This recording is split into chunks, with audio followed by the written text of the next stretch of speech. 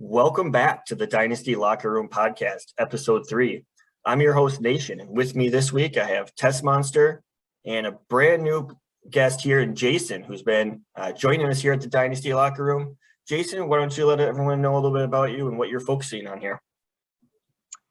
Thank you, Nation. It's an honor to be part of this illustrious group here at Dynasty Locker Room.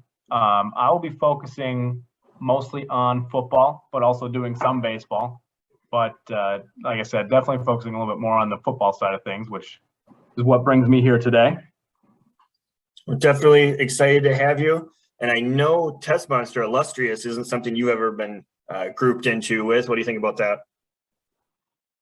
Yeah, anytime an organization is considered illustrious and I'm a member, I feel like I've greatly outkicked my coverage.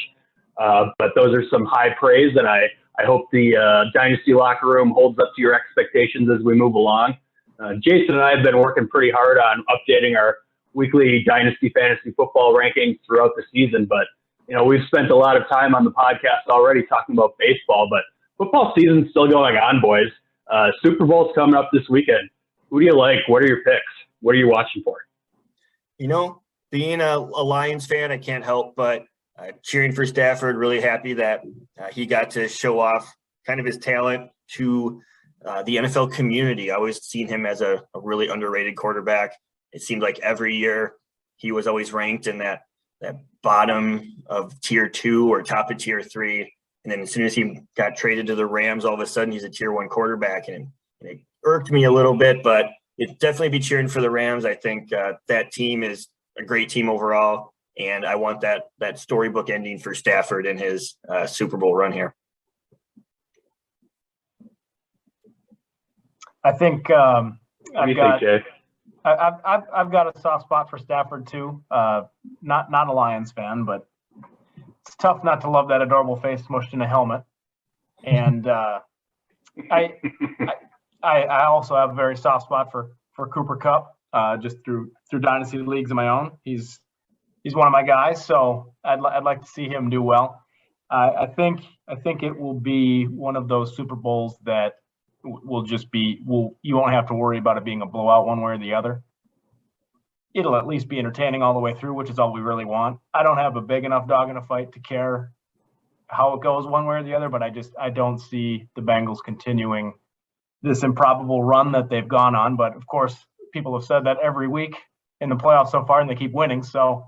And on the road, no less. So being that the Rams are at home, I guess I could be prepared to eat my words in a few days, but I would have to, if I was putting money on it, I'd have to put it on the Rams. Yeah, I think you guys had some good points. And, you look at a couple of squads that have, star-studded offenses, 2 top-tier quarterbacks, a couple of really nice running backs. Obviously, we saw this year with the wide receiver games that both of these squads boast. It's going to be a high-scoring affair, I think, or at least could be moving the ball quite a bit. I think the X factor here is really going to be the Bengals' offensive line against the Rams' front 7. And we saw Burrow already take a beating through the season. We've seen him take a beating in the playoffs. Going against Aaron Donald, Von Miller, and that group is just going to be a daunting task, I think. I still think they're going to put up some points. Obviously, they've done that throughout the playoffs with the exception of the Tennessee game, but it just might be too much for them to overcome at this point. So I like the Rams. I think it's probably going to be a 24-14 kind of game. Like you said, probably not too much one way or another, but should be a fun game to watch nonetheless. Well, I think this is going to be the first and last time that we all agree about something, real football or fantasy football, and still kind of having that taste of last season in our mouths. Let's talk about kind of how we did, how our teams looked, how we're preparing to move forward. Jason, you want to kick us off on how your seasons went? Yeah. In the league that I started up years back, I was actually champion. So I get for the second time, not in a row, but second time in the league's history. So I get to add my name to that list of multiple winners. I rode the previously mentioned Cooper Kupp and Jonathan Taylor pretty hard into the championship. And I think I am positioned pretty well to take a pretty good stab at winning back-to-back and cleaning out that dynasty pot, which I think is in the 2,500 range. So that would be nice. And then in another Dynasty Startup League this year, I did not make playoffs, but when I saw the writing on the wall, I was able to get some trades. I have multiple top 12 picks, so I'm happy about that, and was able to snag actually Cam Akers at the tail end of the startup draft for I think $1. So feeling pretty good at running back there with some almost kind of like getting a draft pick there, and definitely feeling like I can make some damage next year. And that's the good thing with Dynasty football is being able to rebuild, look forward to next year, even when your season's already over. And Tessmonster, speaking of when your season's already over, how early last year were your seasons over with? Is preseason too early? It's tough to say. I was part of the group that drafted J.K. Dobbins in a startup this year. That didn't go my way. I had a plethora of injuries, but was able to sell enough assets to have 13 picks in the next 2 drafts. So I'm looking forward to that, as well as having some nice pieces coming back in one team. Keeper League, the only league that's not Dynasty for me. I was able to get some nice pieces for next year. Going to be interested to see where some of these guys wind up. And in the league we share, Nation, it was one of those years where it came down to the wire, but ultimately losing Derrick Henry, Nick Chubb for a couple weeks at a time, not having really any top-tier wide receivers outside of Deebo Samuel just kind of sunk my ship. So we'll be looking to see how that rebounds next year. But like you said, Dynasty's never over, even in the offseason. And, now we're starting up some of these rookie conversations and waiting to see where it goes. I think I know how your season ended. How did you shake out? Yeah, that league that we're in together, in that Dynasty League, ended really well for me. I really cruised through the whole season, being able to ride Josh Allen, Joe Mixon, Eckler, Tyreek Hill, Cooper Kupp, Mark Andrews, and still really not even needing to use a Gronk or a Gesicki or an A.J. Brown. Pretty deep team, really all top end this year, and didn't really have to deal with too many injury concerns. So that was a pretty smooth ride as far as fantasy football went for me. And then kind of the other leagues that are Dynasty for me are going to be right in that borderline of, am I going to try to compete next year, or am I going to sell during our draft and try to retool for 2023? So we'll see how our lotteries shake out. Most of our leagues really like to do the lottery to be able to prevent some tanking and add a little bit of intrigue and luck in the offseason to have some fun with where some draft picks could end up. So looking forward to seeing how that all shakes out and diving deep into what we learned from last season and what we're going to bring forward to this season upcoming in the offseason here while we make this deep dive for us. So on that note, so what did we learn from last season? I know one of the things we've talked about is how important it was last year to have one of those top quarterbacks in a 1-quarterback league. Everyone knows how important it is to have 2 quality quarterbacks in the super flex. But last year, you saw that drop-off happening with quarterbacks. You saw some big point totals from those top-end quarterbacks. I know, Jason, you've dived into this a little bit. Why don't you break it down for us a little bit? Yeah. For years I have been, primarily from a redraft league perspective, but also Dynasty, a guy that will wait late in drafts to take a quarterback because it's an overrated position in a sense where if you don't have that top 1 or 2 guys, the fall off is just so minimal. Looking at it from a point per game basis, if you're getting the top, at least historically, if you're getting a top 10, 12, 15 ranked quarterback, you're probably getting 19-ish points a game on the low end of that. If you're looking at the 5th overall, maybe 23, 24, 25. Well, I'm going to try to make up those points at a different position where I'll let everybody take the quarterbacks in the 5th round or whatever and try to target some more bench depth or, a flex guy. This year, I really think that you kind of had a changing of the guard where the fall off was actually pretty significant once you hit 10. Once you hit 10, right now, kind of Kyler Murray, I think, is roughly from a point total kind of that guy. You get outside that, and you're looking at Kirk Cousins, Ryan Tannehill, Not loving that. Nation, you might be able to roll with that with the lineup depth that you have, but the average owner is going to struggle with that. And you see a lot of really, really young names in the top 10 right now. Burrow, to me, a surprise that he came out the way he did at the end. Clearly that connection with his LSU teammate makes a big difference for him, but nonetheless, he's a stud. And I just think that if you don't have one of these young guys, it makes more of an impact this year than it has that I can think of in the last 5 years. And then you see guys like Brady retiring, Matt Ryan falling off the face of the earth, kind of the old guard leaving. And you see these rookies producing. And then again, you look at this year and you see that whole crop really largely underwhelm compared to the Justin Herberts and the Joe Burrows of the world, Patty Mahomes, all that. So it kind of makes a big difference right now if you have one of those top 10 guys, I think. Tessmonster?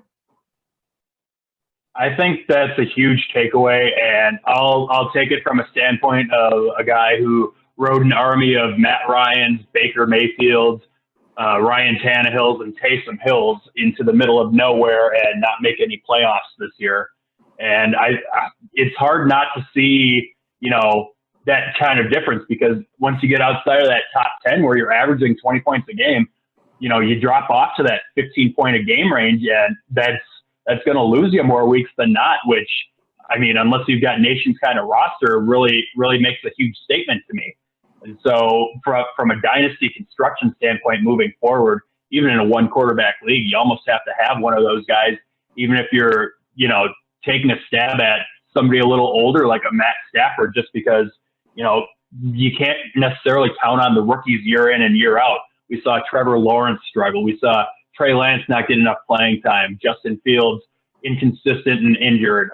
Mac Jones was a nice story, but at the end of the day, he's another, to use another term, he looks like a retread already. He's averaging the same number of points as Matt Ryan, and that's not viable either. So I think having that viable quarterback week in and week out is going to be huge in Dynasty. Yeah, I think there was a stat from 2 years ago when that weight on a quarterback was really prevalent amongst a lot of the people talking about fantasy football and trying to plan out their drafts, was if you played Stafford and Ben Roethlisberger, who were both like quarterback 15 and 17 on the season, at home every game. So you got 8 games of each of them. They finished as QB2 overall in the season. So that was added to that waiting on a quarterback, not too much separation back then. And now seeing kind of how big of a deal some of those top 6, top 7, top 8 quarterbacks could be moving forward really makes it like I can't wait on the quarterback, like Jason has talked about, after years and years of doing that. And you have a lot of these quarterbacks that we're talking about in this landscape of the NFL with a lot of people that could be on the move, will be on the move. First person to top it off, everyone on the tip of everyone's mouth, is what happens with Aaron Rodgers? Where does he go? And what's the fallout look like from that, Jason? Yeah, this is one that, obviously every talking head has an opinion on, and I've thought on it. You go back and forth, but ultimately I think you just look at the cap situation and just him in general. I don't see the marriage continuing. Now, we could all be surprised, like it seems that everyone was last year when it seemed like he was on his way out, but I just do not see him in Lambeau Field next year, which obviously greatly impacts that team. But then you look where does he go? Obviously the most talked about and most logical landing spot, I think, is Denver. But the argument there that everybody has is, does he want to have to go through Patrick Mahomes and Justin Herbert?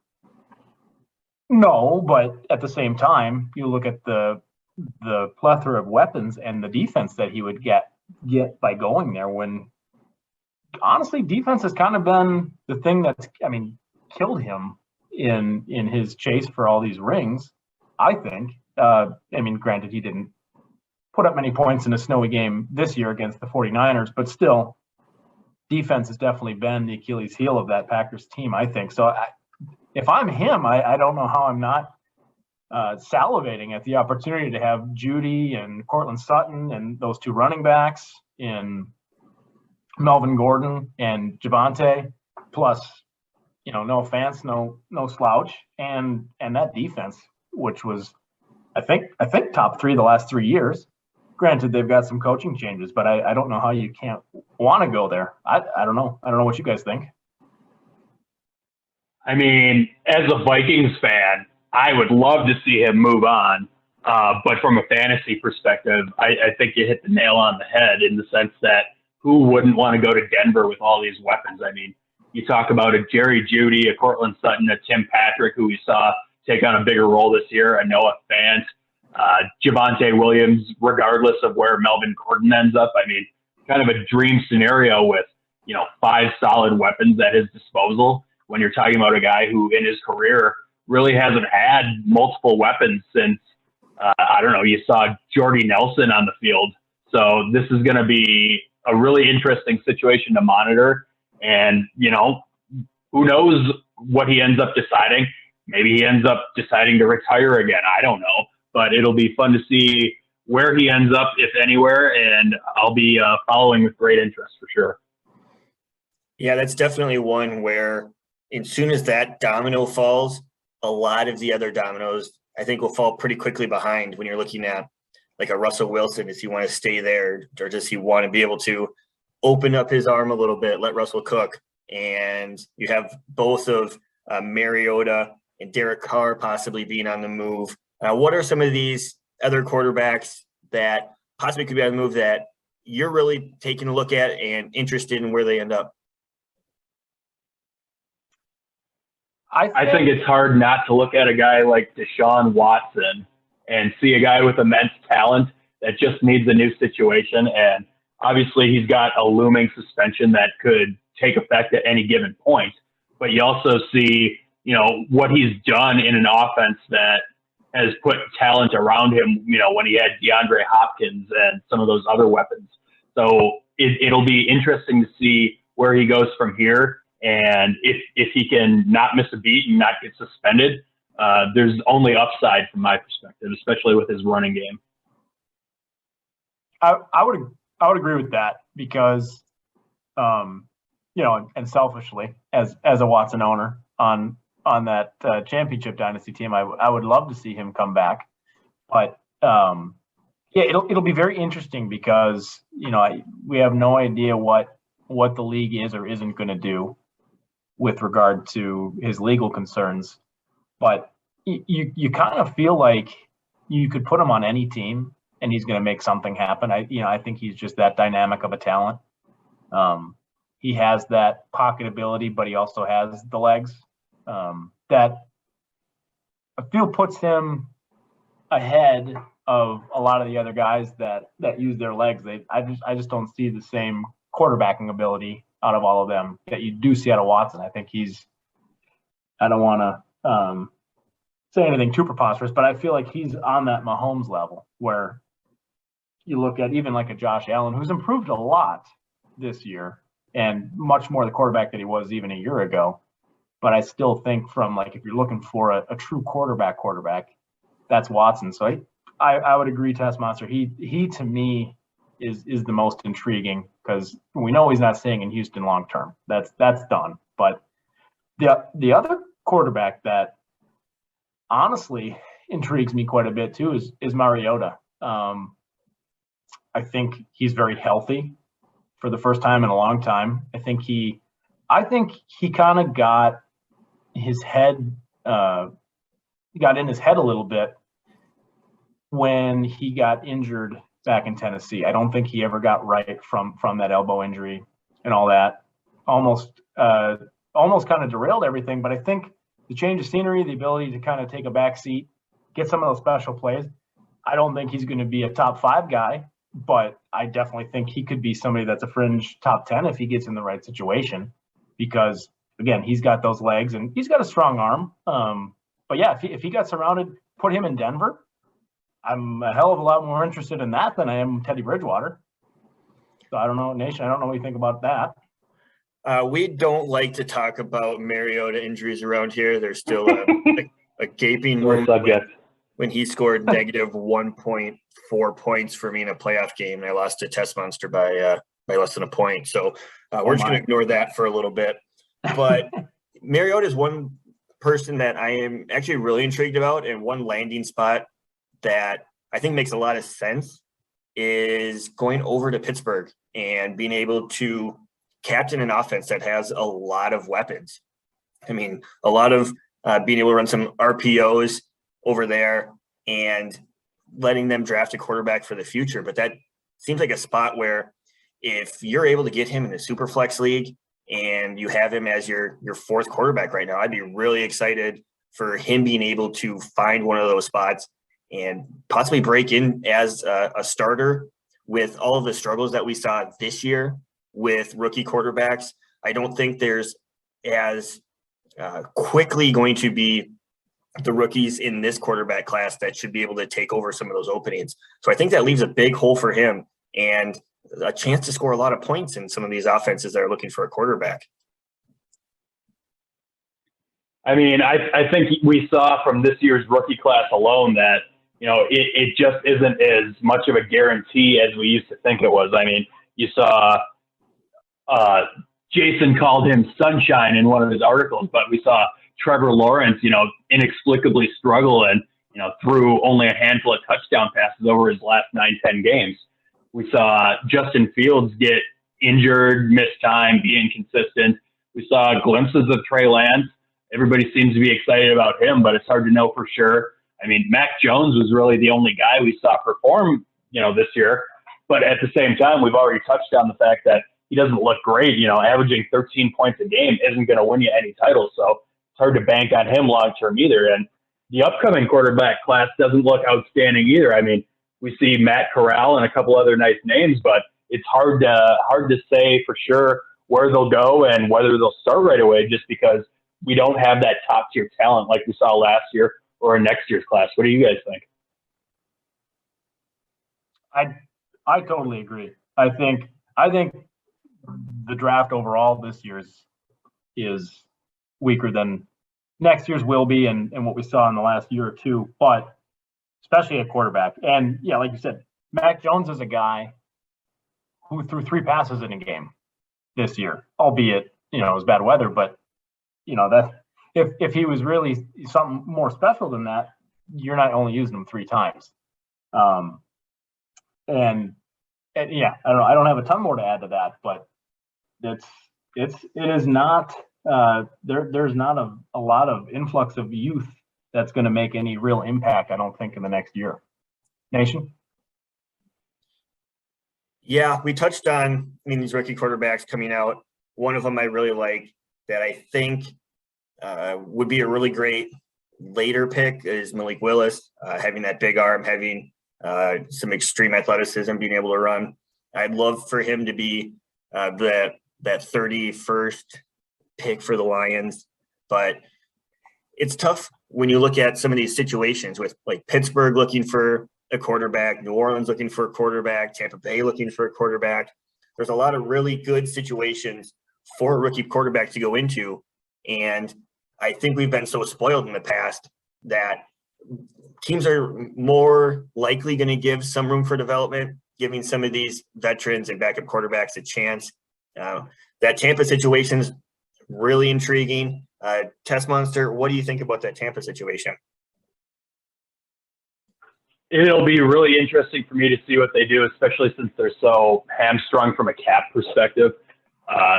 One of the names I hear tossed around quite a bit is Mitchell Trubisky. It'll be interesting to see where he goes, if at all, just because I think he can be had at such a discount where it wouldn't surprise me at all to see him go to a team like a Tampa Bay or a New Orleans where, you know, they're a little bit handicapped with the salary cap, but can go in there and get a second shot at redemption. So that might be an interesting one that I watch for in Tampa, but there's a lot of other names out there. One name I do like a lot in the draft is Kenny Pickett. See him mocked in a lot of places, at places like Pittsburgh, Detroit, think he could be a huge talent, especially if he's got some weapons around him. He might be the one of the few hopes that we have in this upcoming class that's otherwise kind of a desolate wasteland. And enough speculation on where we think quarterbacks could move or the upside on if a quarterback does get traded. Let's go over to the running backs and what really was an unprecedented season with injuries. I mean, everyone knows that everything that Baltimore had to deal with in the preseason, and we saw it continue during the regular season. Jason, what are some things that you learned during the regular season this year about running backs and backup running backs? Yeah, this year was, to me, super interesting in the sense that so often you hear people preach, handcuff, but not that many people really buy into that enough, I don't think. So they don't pick up guys, they don't make trades for guys, or if somebody's trying to go after a handcuff, they're willing to offer a 5th round pick in 2055, right? Well, I think this year showed how important those handcuffs are. And while the running back position itself in the NFL, not in fantasy football, but in the NFL, obviously is not what it was 5-10 years ago. We've heard that a million times. And you see that. The shelf life is incredibly short now. When you look at a guy like Emmett Smith, who had, I think, 11 straight seasons of 1,100 yards rushing, whereas now you'd be shocked to see a guy have 1,100 yards for 6 seasons, right? Well, or even play for 11 seasons, let alone. And absolutely, so this year you have saw the Ravens lose 55 running backs in preseason. You saw Cam Akers go down in preseason. You saw Dalvin Cook miss, I think, 5 games. But then on the flip side, you look at Madison comes in and does an admirable job, right? So my point in talking about that, the NFL perspective of it is, in fantasy football, running back position still reigns supreme. And if you don't have those high end, whether it's a tandem or you're lucky enough to get a Jonathan Taylor, like if you don't have that impact position or those impact players at the running back position, I think you're fighting an uphill battle. You look at teams that win championships or consistently make playoffs, they have that at least working for them. And a lot of that's because receivers are so deep right now. The receiver position is infinitely more deep than anything else. But the amount of running backs that filled in for injuries and honestly were just plug and play kind of shows you even more how the offense in the NFL right now has developed to a spot where if you're a playmaker, they'll give you the opportunity to make the plays. And it's so imperative right now to get that handcuff and to take a shot on Elijah Mitchell or take a shot on anybody in those late round drafts, because that carries way more impact than throwing a dart at a tight end or a receiver, because you probably have some pretty good depth at those positions regardless by the time you're drafting in the 3rd or 4th round. So I think you are really hurting yourself by not just throwing every dart you can in those late rounds at running backs, because as we saw, who knows, week 2 that could be the number 1 guy. And that's my biggest takeaway this year. Yeah, in a year that we saw more preseason and regular season injuries to running backs seemingly than ever, I couldn't agree more. I mean, you're talking about, I've got a list here of almost 20 names of guys who were considered RB1, RB2 kind of ranking at the beginning of the year that missed 2 or more games. You touched on some of them, but you've got, Chris Carson, David Montgomery, Cam Akers, Leonard Fournette, Miles Sanders. I mean, the list goes on and on. So to have that depth is more important than ever, and not even necessarily in the draft, but being able to have some foresight in the offseason to acquire an extra RB2, a handcuff, a backup, just to have those at your disposal, I think, especially in your deeper leagues, is more important than ever if you can't scoop them off the waiver wire. We saw guys like Cordero Patterson even step into the forefront this year for the first time ever. I mean, you're talking about a guy who had former first-round pedigree that has bounced around the NFL and finally found a team that wanted to use him in a way that he could be productive. So, any way you can add some of these guys is more important than ever. And so, yeah, we do need to value backup running backs more. We do need to place a little bit more emphasis on later round rookies. What do you think, Nation?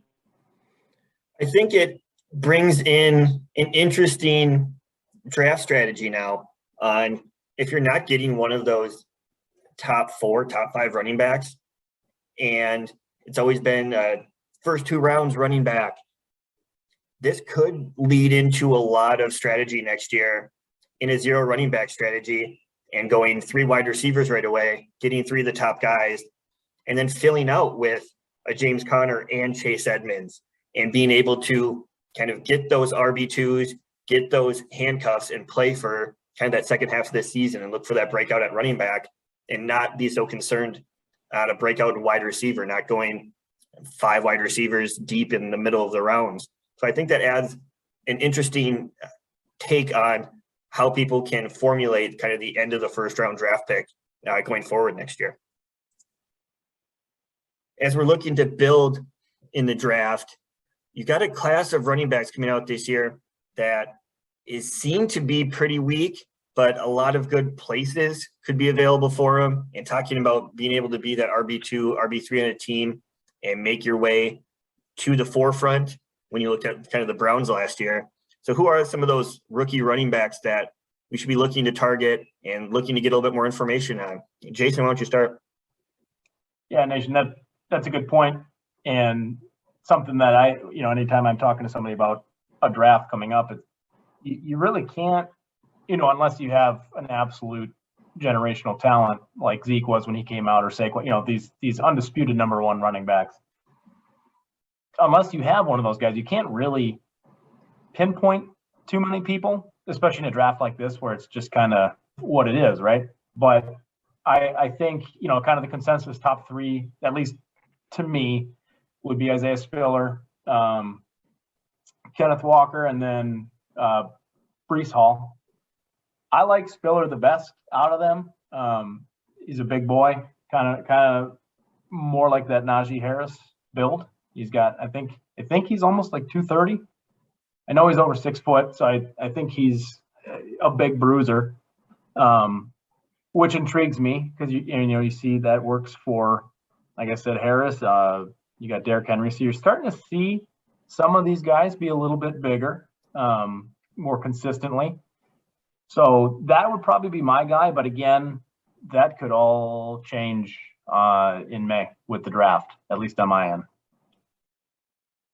Yeah, it's definitely a situation where we see landing spot being more imperative than ever. And, you talk about those top 3 guys. Another name I see grouped into that trio regularly is a guy like Kyron Williams, who some people say reminds them of in Austin Eckler. And to be honest, a lot of mocks I've seen him go in the top 2 running backs of a dynasty draft. And that's not something I'm looking to capitalize on for, more of a satellite back type of build. But if he falls, he's definitely a guy that could be worth taking. But I'm definitely not taking him over those 3 for sure. But later in your drafts, you're going to see guys like Zamir White, who, some people will say that he just didn't produce. But you look at Georgia and, they've got a head coach there, and Mark Richt, who said nobody's getting more than 300 carries in a season. So, do with that what you will. You've also got James Cook out of Georgia, who, man, he never got a ton of work, but boy, did he look fast against Michigan and Alabama in the playoffs this year. He's going to be fun to watch, especially if he can get into that third down back kind of role, kind of siphon off some carries. You got a Donovan Knight out of NC State, good open field speed. He's got power. He's a good pass catcher. One of the few late options that could truly be a 3-down back. You've got a Tyler Ballou out of Mizzou. Small frame, but he's got 522 touches in the SEC with no injury. That'll be fun to watch. I think my biggest dart throw is going to be Abram Smith from Baylor. total dart throw here. He was a converted linebacker that played running back last year, had 1,600 rushing yards, and as Gordon Ramsay would say, he's raw. So it'll be interesting to see where he goes, see what team gives him a chance. But there's a handful of running backs that can be taken later in drafts that could have some big impact, especially if you can put them on, your rookie roster for a season or two just to see what happens. We talked about landing spots and how that can be really important for some of these dart throws that you're looking at on rookies. But what about the landing spots for some of these free agent running backs that are coming up? I mean, you have a Fournette, a Penny, you got the combo of Connor and Edmonds. Melvin Gordon could be a big one coming forward. So what are we thinking here? Which of these running backs are you excited for, and do you see them kind of moving away from their team right now? Jason? I think I'm with you on Melvin Gordon. I think he's got some left in the tank. It'll be very interesting. To me, maybe some of it's just the shine of the name. I think he's a good pass catcher yet, and he doesn't get a lot of yards per carry, but in the right situation, you don't necessarily need that. And he's tough, pretty durable for the most part. So he intrigues me probably the most. But honestly, even though Tessmonster mentioned him in the injury list, Fournette is another one who really, really bounced back in my eyes this year. Granted, he was kind of playing catch up all season in his first year in Tampa, but he definitely he definitely came back and kind of was that Fournette that we knew from his Jacksonville days as a top 12 running back when he was healthy in my mind. And then the other one would be Connor. I mean, I think Connor quietly had a phenomenal season, and whether he stays in Arizona or goes somewhere else and is a featured back again, he showed in Pittsburgh that he's at least worth, rostering as a higher end RB2 or a low end RB1. And he showed no signs of that changing this year in his time in Arizona. And I'm actually kicking myself because I was out on him this year. I had an offer to trade a receiver, and I can't remember who it was. It might have even been Jalen Reagor for him, and I was like, we'll see what happens. And I look like an idiot now. So he's another one that would really intrigue me. Well, looking like an idiot might be a theme at times, especially in Dynasty, but in one of my keeper leagues, I actually cut James Conner for absolutely nothing early in this year when he was in that timeshare. So I look like a bigger idiot than you. As far as these running backs go, though, you look at a guy like Fournette, and he's really the only true workhorse we see in this group. I think it'll be interesting to see where he goes. I think a team with a lot of cap like Miami can really capitalize on somebody like him, put him in that offense and see what happens. That could be a really interesting play. I've heard a lot of speculation from some of the talking heads about him ending up in Buffalo. That could be an interesting caveat too, even though we saw Devin Singletary absolutely explode in the playoffs this year. So it'll be interesting to see what happens there. But Fournette is obviously a guy worth adding, especially if you can add him before he signs somewhere, I think. As far as some of these other names go, I think we see a lot of guys who would probably be best off, honestly, signing right where they had success. You look at a guy like a Rashad Penny. Is he ever going to find another system that'll utilize him the way he was at the end of the year? I mean, Chris Carson's kind of an afterthought at this point, especially with how inconsistent he was this year, even before the injury. You see a guy like Cordero, finally found an offense that would utilize him in a productive role. Is he ever going to find that success anywhere else? James Conner, I mean, you talk about one of the most touchdown-dependent backs in the league. He had 18 touchdowns last year and 0 100-yard games on the ground. So I think he's probably a guy who will regress over this year, but at the same time, if he stays there and the team utilizes him in the way that he was used this year, short down, even in the passing game, I think he can absolutely still have success. Ronald Jones, I mean, is he going to go anywhere? I mean, I've never seen a guy with more fumble issues still be looked to have a potential future in the league. So it'll be interesting to see where he goes too.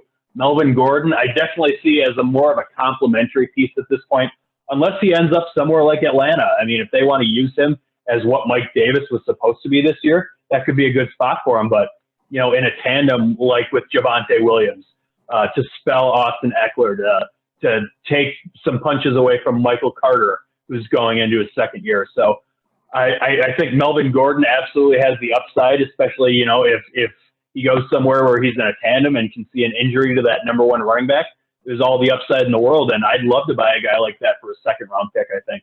So there's a lot of upside on some of these backs. One of the biggest guys I'm in on is Dearness Johnson, and we've seen him do absolutely everything with any opportunity he's been given. We saw him explode in the couple of starts we saw this year, the one start he had last year. So that's definitely a name that I'm more excited about than some of the other names on this list.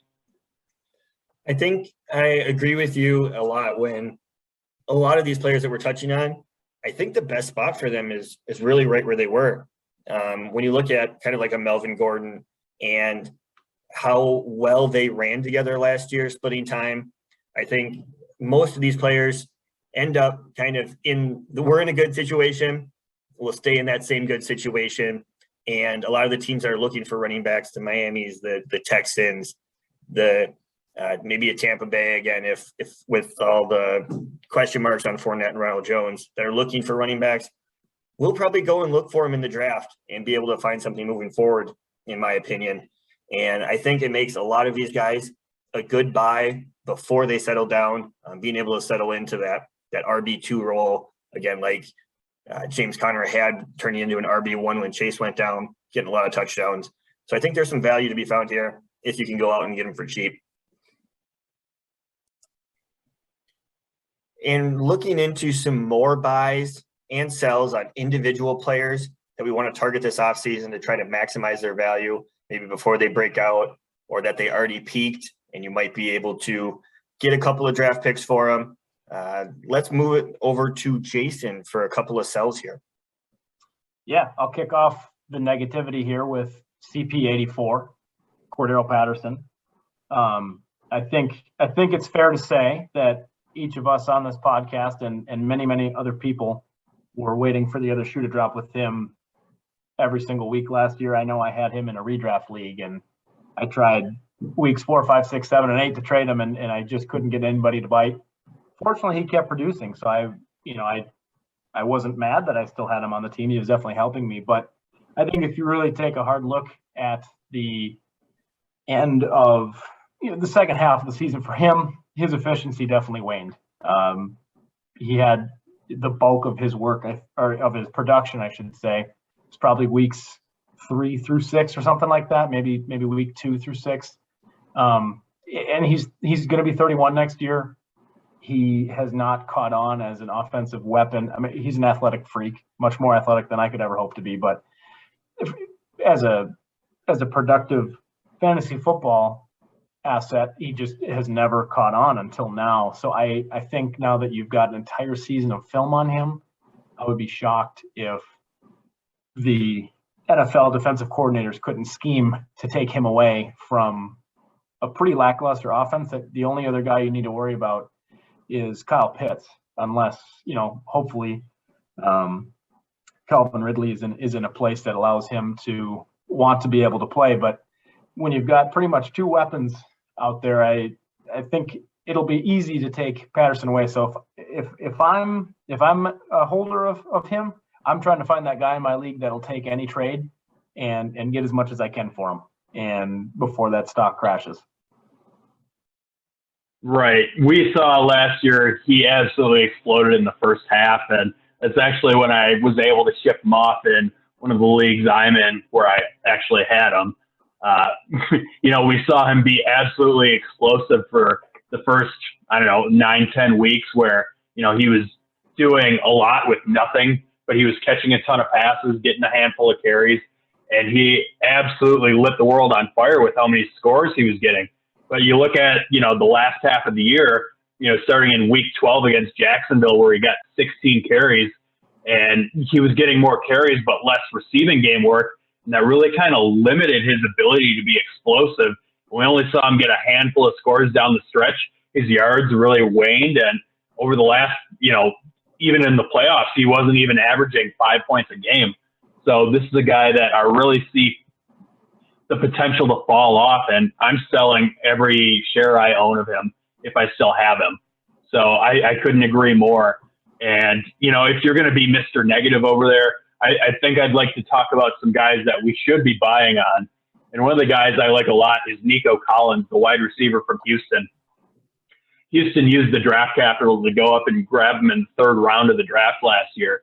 And we didn't see a lot of them early on, which was kind of surprising. But, with a rookie quarterback, with him getting injured in week 2 with a concussion, that really put a damper on his early season production.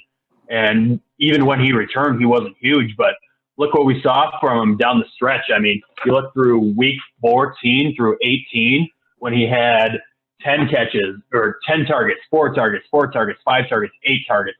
I mean, the guy is just littered with production opportunities, especially since we saw Davis Mills kind of take a step forward down the stretch.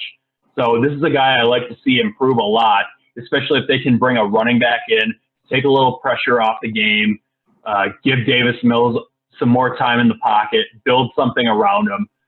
Obviously, Deshawn Watson's not going to be there moving forward. Everybody knows that. But, with Brandon Cooks there, he's really the only other option. And I don't see another option coming in there to take those targets away from him. So he's absolutely a guy I'm looking to buy on.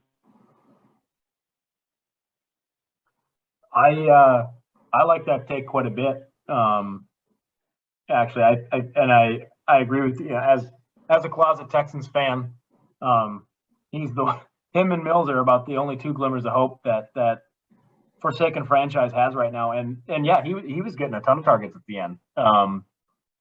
I think that with that big body, like you said, if they can get a running back or something in there, get rid of David Johnson and bring something. I totally agree that I think that's a really good take on your end, that he could be something of some pretty significant value on that team. But that is enough positivity for me for now. Another guy I'm looking to sell is Kyler Murray. And notwithstanding him deleting all of his Arizona-related social media, I had this stance prior to that. Kyler's actually a guy that I traded ultimately for Kyle Pitts this season going into draft day. But at the time, I held him with it was a very hard trade for him to make. I had a lot of held him in high regard. But I think anybody who watched the Cardinals play this year saw a guy who clearly wasn't good at home, which is just fascinating, but kind of scary. Even though he was putting up decent numbers, the fact that he was that bad at home at times is not a good sign in this league where home field means so much. And you saw what happened when Hopkins was hurt, and he was kind of like a chicken with his head cut off back there at times. Not all his own fault, but it kind of makes you wonder if some of it was, not luck by any stretch, but just kind of good fortune in his first season and all that. He's a guy that kind of scares me, and clearly there's something weird going on in Arizona. To boot, now that he's got all that deleted, and who knows, and he looked really bad in the playoffs too. I mean, honestly, the last 5 weeks just did not look good, and it was too consistently the same production on film for me. That is a guy that I'd want to fade. Now, would I own him over Mac Jones? Yes, but is he a guy that I'm going to make a point to go out and get? Absolutely not. And if I can still get some good value for him to someone that values him as maybe a top 8 or top 5, if that's out there, 1,000% am I making that trade. Yeah, Kyler he's an interesting guy to talk about, especially when you talk about some of the inconsistencies he has. I mean, you talk about a guy who is unlike some of the pocket passers that put up the same number of points per game where he fluctuates wildly. So he can win you a week. You know, we saw the first 2 weeks of the year where he's averaging 33 points a game. We saw some of those games in the middle of the year where he's averaging, you know, he's getting 13, he's getting 9, he's getting 12. So he's definitely one of those polarizing players in the dynasty landscape. And I think we saw, especially at times this year, he just didn't look as comfortable running the football. And that's a question mark for me, especially for a guy who is supposed to be that dual threat guy that gives you that safe floor. And we just didn't see it at times this year. And so that's something that worries me, especially when you look at, you know, some of the weapons that he could potentially be losing. You know, you're talking about 2 running backs that are free agents. You're talking about Christian Kirk. Obviously, DeAndre Hopkins is going to be back next year. He's going to be healthy. What's Zach Ertz going to do? So I think there's enough question marks here, both with his game and the talent around him, where it's safe to question that. He's definitely a guy I'd be looking to, you know, probably swap for if you're talking about, you know, moving back because he's so high in the rankings, moving back to a Joe Burrow, taking that safer floor in the passing game and getting something along with that, whether it be a pick or another player. That's definitely a move I'd like to make, I think. But I think we definitely have to touch on one more buy since you're captain negative. So the next guy I want to talk about is Dearness Johnson, running back for Cleveland, who's currently a free agent. I talked about him a little bit when we were talking about the running backs, but he's absolutely a guy I'm buying huge on. He's only going to be 26 this year, and he's going to be a free agent running back on the market. I think he could easily sign with a team like the Houston Texans or another running back needy team. But we've seen him do absolutely everything when given the opportunity. Last year, we saw him in his only start take 13 carries against Dallas for 95 yards. This year, with 3 starts, 22 carries for 146 and a score against Denver. Week 10 against New England, 19 carries, 99 yards, 7 catches. And week 18 against Cincy, 25 carries for 123 and a score. So this is a guy that I like a lot, absolutely produces when given the opportunity. And if he can even get in a situation where he's in a tandem, where he's averaging 10 to 15 carries and 2 to 3 catches a game, he's absolutely a guy I see as a viable RB2 next year. And if you can get him on the cheap as a 3rd round pick in exchange, you know, something that you're hoping blossoms into him where he's, you know, a viable backup at some point, that's absolutely a trade I'm going to make for a guy I expect to be at least splitting carries next year. I think that's a great buy, especially when you're looking at trying to trade or acquire for one of your really late startup or rookie picks in the next year's draft. Being able to find that guy who could find a good situation, be an RB2 on their team, and have a chance to get 10 to 15 carries or 10 to 15 touches a game. Seems like a great buy going forward for next year, so I really like that. And both of you have made some really compelling arguments, but I want to go a little bit wilder in my next take, and I'm buying on the Giants next year. I know they had a lot of people who underperformed this year, who have underperformed in history, but I think with a lot of injuries to that offense last year and the ability to go and get a couple of offensive linemen early in the draft this year, I like a healthy Tony going forward. I like a healthy Saquon Barkley going forward. I like a healthy Kenny Golladay going forward.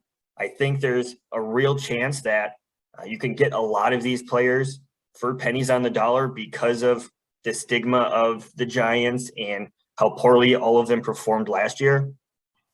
I'm not going to be ranking them in my top 10 or anything, but I think if you can get them for a discount because of how poorly everything went last year for the Giants in general and how poorly it's been going for them, I think this is a place I want to buy as an offense that could possibly do something next year.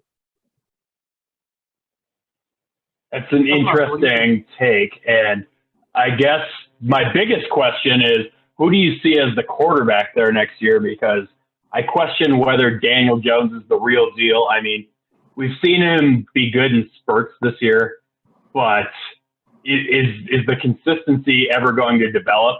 And I think that's the biggest issue. I mean, they've got some nice weapons. They've obviously got Barkley there. They've got Galladay. They've got Shepard, Tony, Slayton. I mean, the weapons are there at their disposal, especially if you consider Kyle Rudolph a weapon still. But, that being said, I just wonder if they're going to have the quarterback play to support these guys and with 4 wide receivers vying for targets, I just wonder if it's going to be too spread out to be meaningful for fantasy production. But I can definitely see the upside, especially if, from a quarterback standpoint, if you're targeting, 5, 6 different guys that nobody's being covered consistently, you're always finding the open guy. That's absolutely an upside, especially if it can open up the running game for Saquon. He can stay healthy for any reasonable stretch of time. But I just question whether the upside is there for the wide receivers if the targets are spread around.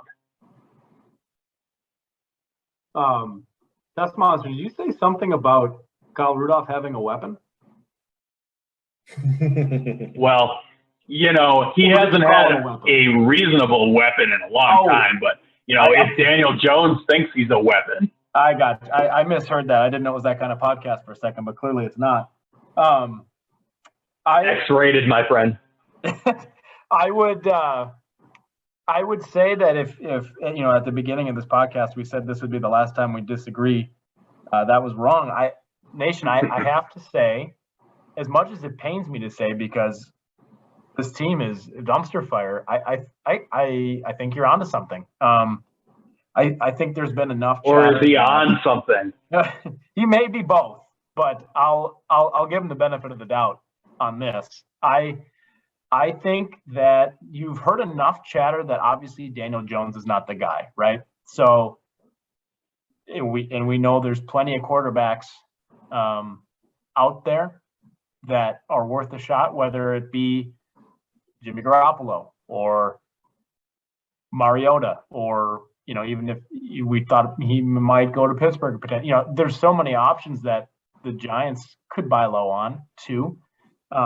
That anybody's going to be an upgrade at this point, I have to think, over Daniel Jones, that, they've got enough talent where if they get the offensive line help and have that opportunity to do so with a healthy Saquon, I think Saquon has shown, A, he's not fully healthy, but B, he's probably not that guy at this point that as a running back can really, truly carry a team on his own merit. But if they can get some help behind center and spread it around a little bit, I think Tony's the guy. I think at this point Galladay is, tertiary at best, but I don't see any reason that with a quarterback upgrade that you couldn't see Tony and Saquon be definite steals. I think you're onto something, Nation. Who would have thought we'd be talking about the Giants in a positive light at our NFL season recap podcast? That is something I didn't see coming. So I think that wraps up this season end NFL edition of the podcast.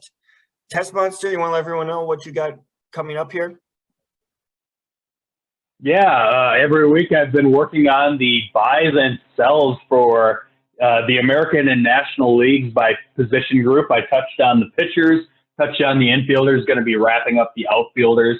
Been working on a weekly write-up on the top prospects in each Division II for baseball. So look for that as well. Obviously, we've got some ongoing hockey content, working on the waiver wire column every week. And in addition to that, going to be breaking out some position groups coming up. So look for that. What do you got going on, Jason? A whole lot of nothing right now. Kind of licking the wounds over what Bob Manfred's doing with baseball. But what I'm starting to work on is looking at the top 100 for football, and looking to actually dig more into a little deeper into the rookie mock drafts coming up. That'll be exciting. Looking forward to getting that content coming out. As you know, We're encouraging everyone to come and visit the forum, join the DLR Baseball League. That'll be coming up shortly. No matter what Rob Manfred's doing, we're going to be moving full steam ahead with that. And any last words, Tessmonster, you got here? Yeah, obviously, like, subscribe, comment on this podcast. We'd love to hear from you. Go visit the forum once it's launched. We'd love to hear what we can include in the podcast to better help you in your fantasy league, what kind of research you're looking for. Obviously, we'd love to help with that. You can find me almost everywhere at DLR Tessmonster, whether it be Twitter, Reddit, obviously right here at the Dynasty Locker Room. So come check out all the content we got going on, whether it be some of the stuff I've already mentioned or whether it's a deep dive on, your favorite pitcher or what be it. So whatever you're looking for, we've got it covered. Great. Any last words, Jason, before we close this out? No, I would echo what you guys said. And then I think I need to go take a shot of something because I can't believe I just said that many good things about the Giants at the end there. And giving Tessmonster some compliments is always awkward too. There is that. That did not feel good. Super weird. So thanks for stopping by the locker room. Until next time.